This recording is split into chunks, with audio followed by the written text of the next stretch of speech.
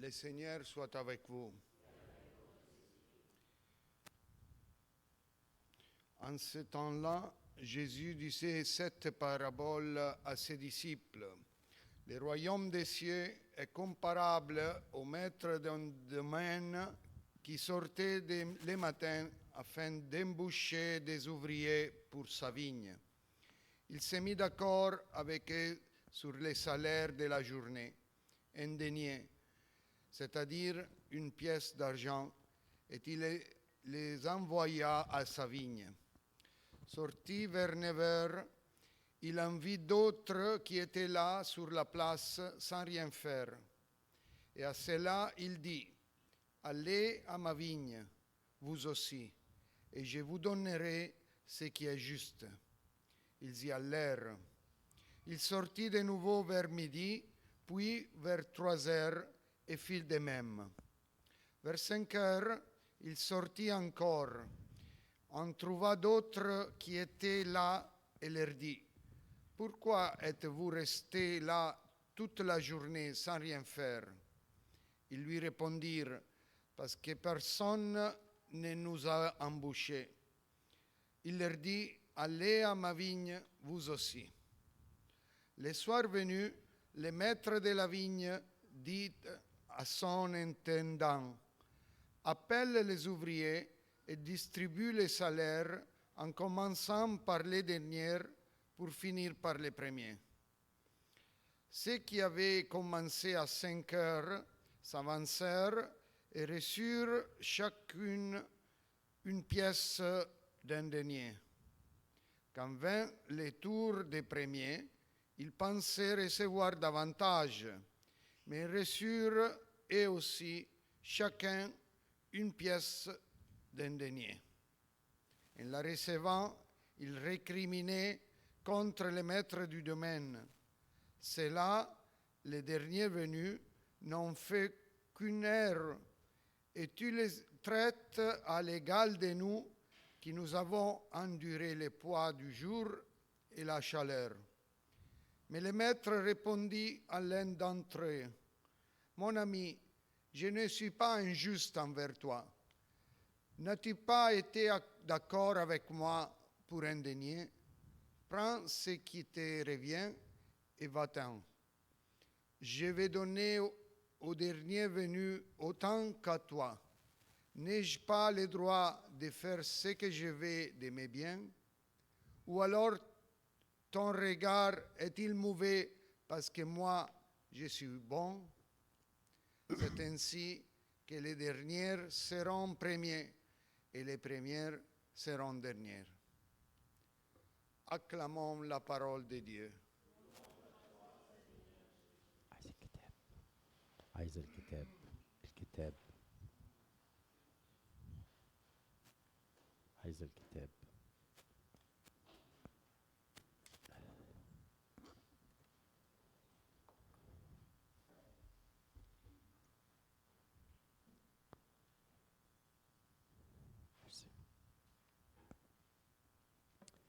Bien, mes frères, vous avez bien entendu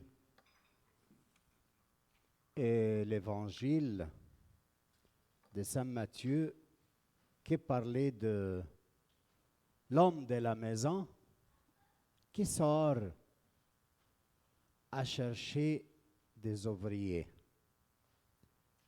Il y a beaucoup de choses à dire dans cet évangile, mais je vais me former sur un seul. J'espère qu'il peut nous aider. Parce que si la parole, il n'a pas de réaction sur notre vie, elle devient quelque chose d'abstract, quelque chose qui reste sur niveau intellectuel, niveau des idées. Et ça ne nous aide pas. La tentation, toujours est là quand on écoute la parole de Dieu. On reste sur niveau qu'on peut le discuter et faire sortir de bonnes idées, mais elle reste là sans avoir le lien avec ta vie quotidienne. Et c'est un gros danger qui menace notre vie chrétienne. Réduire la parole de Dieu qu'on écoute sur nouveau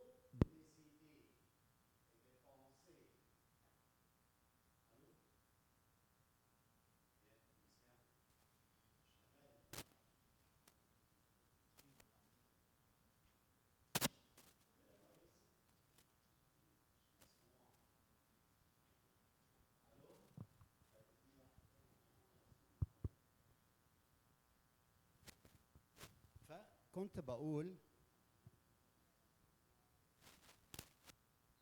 بقول الو ده مسموع انا مش سامعه طب كويس لو انتوا سامعين كفايه ايوه كده مسموع ايوه كده احسن كويس احنا الاثنين نسمع فكنت بقول انه لو j'étais en train de dire que la parole de Dieu, si on le réduit ce niveau de pensée et un peu plus loin idéologique, dans des pensées comme ça en forme de groupe de pensées, alors, comme le Seigneur n'agit pas avec notre vie quotidienne.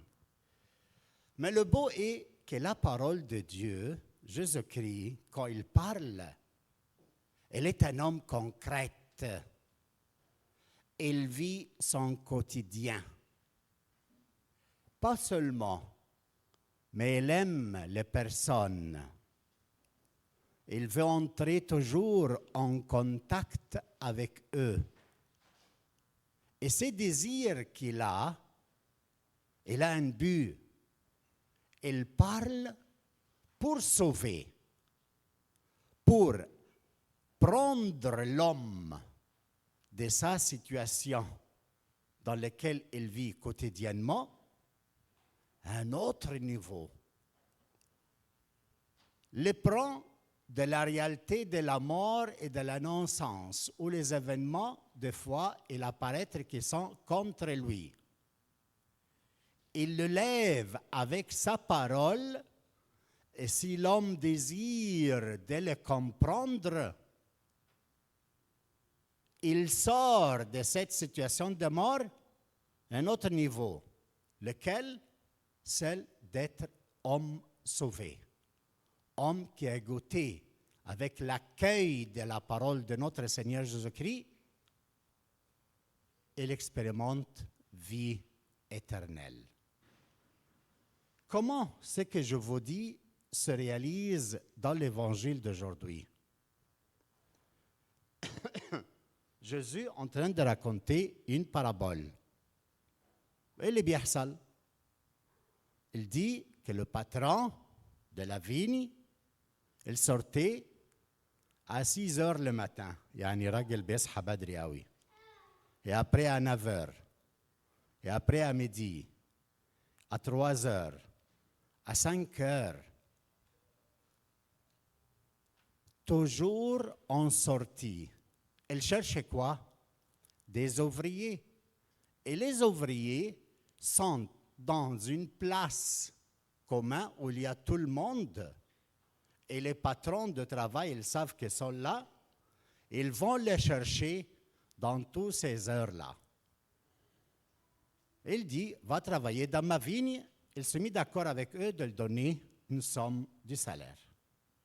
Celui qui est sorti pour le prendre à 6 heures, et après à 9 heures, et tout le reste. Le même prix. La question n'est pas le prix ici. La question, pourquoi le patron, il a voulu agir dans cette façon? Payer les derniers arrivés au travail par premier.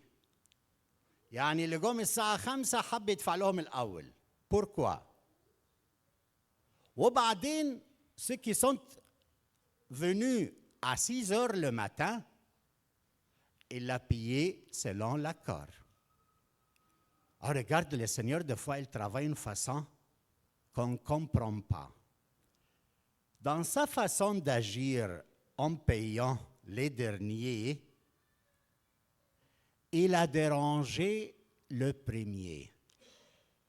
Ce n'est pas qu'il a voulu le déranger, non. Mais la façon d'agir en payant les derniers, il a fait sortir ce qu'ils ont dans leur cœur à ces gangs qu'ils sont arrivés aux premières heures. Et ils ont dit, ah, comment se fait-il? Il a payé les derniers, le même salaire que nous. Il s'est mis d'accord avec nous, qu'il nous paye. Et on a travaillé toute la journée, avec la chaleur et avec tout. Il paye pareil. Comment se fait-il ça? Non, ce n'est pas juste. Ah, quel est le problème de ce monde? L'envie, le mauvais œil, dit le Seigneur. La comparaison avec les autres. اشمعنا احنا اشتغلنا طول اليوم ودول اشتغلوا ساعة et ils nous donnent la même paye ou le même paye. Pourquoi ce n'est pas juste? Ils ont leur point de vue. Selon la justice humaine, c'est comme ça. Je crois que chacun de nous, il peut penser pareil. Mais le Seigneur, comment il regarde cette réalité? Lui, il dit, cet homme-là, qui est resté sans travail toute la journée, il a eu beaucoup de souffrance parce qu'il est là, dans la place publique, il a sa maison, il a ses enfants, et jusqu'à maintenant, il n'a pas eu de travail pour payer la nourriture de ses enfants toute la journée. Alors, viens dans ma vigne et travaille, et je te donne le salaire. Moi, j'ai de l'argent, le patron, il a l'argent, il est libre avec ses argents. Alors, regardez comment le Seigneur regarde aux choses, le patron de la vigne. Il ne regarde pas l'utilité que tu lui fais, mais il regarde ta souffrance avant. Et la paye. Il est libre à payer comme il veut. Lui, il est le patron. Il paye comme il veut. Ah, c'est ça le point. Je ne sais pas si le Seigneur te visite avec des événements qui te dérangent. C'est-à-dire, comme il a, avec sa façon d'agir, il a dérangé les ouvriers de première heure. Je ne sais pas si le Seigneur te visite avec des événements qui te dérangent et qui font sortir, cette visite, font sortir ce que tu as dans ton cœur. Et qu'est-ce que tu peux comprendre de ta façon d'agir et la façon d'agir du Seigneur? Si tu arrives à ce point, c'est-à-dire que le Seigneur est en train de te visiter et il veut te prendre de la réalité de mort que je te disais avant à la réalité de la vie, à être sauvé, à entrer, à sortir de tes pensées, comme il a dit à la première lecture, et à entrer dans le pensée de Dieu, à regarder l'autre tel qu'il est avec sa souffrance, et non pas selon ta justice. Arrêtons de se regarder à la maison et dans l'activité pastorale et dans les choses qu'on fait selon justice humaine. ده خد ده صاحب ابونا ده قريب ده حبيب ابونا اللي بيقولوا بيعملوا ليه. C'est pas comme ça. On est appelé à regarder toute notre réalité selon les yeux de Dieu. Mais comment? Quand il nous fait sortir ce qu'on a dans le cœur, premièrement, pour voir qu'est-ce qu'on a dans le cœur, et après on fait cette conversion, cette saute. Il nous appelle à partir de ce que nous sommes de notre réalité de mort à une autre réalité de vie, son salut, la façon qu'il regarde les autres. Est-ce que je suis clair? Nabil, je suis clair? Alors c'est clair pour tout le monde. Comme vous voyez, ce matin, Anna, j'ai terminé. Comme vous voyez ce matin,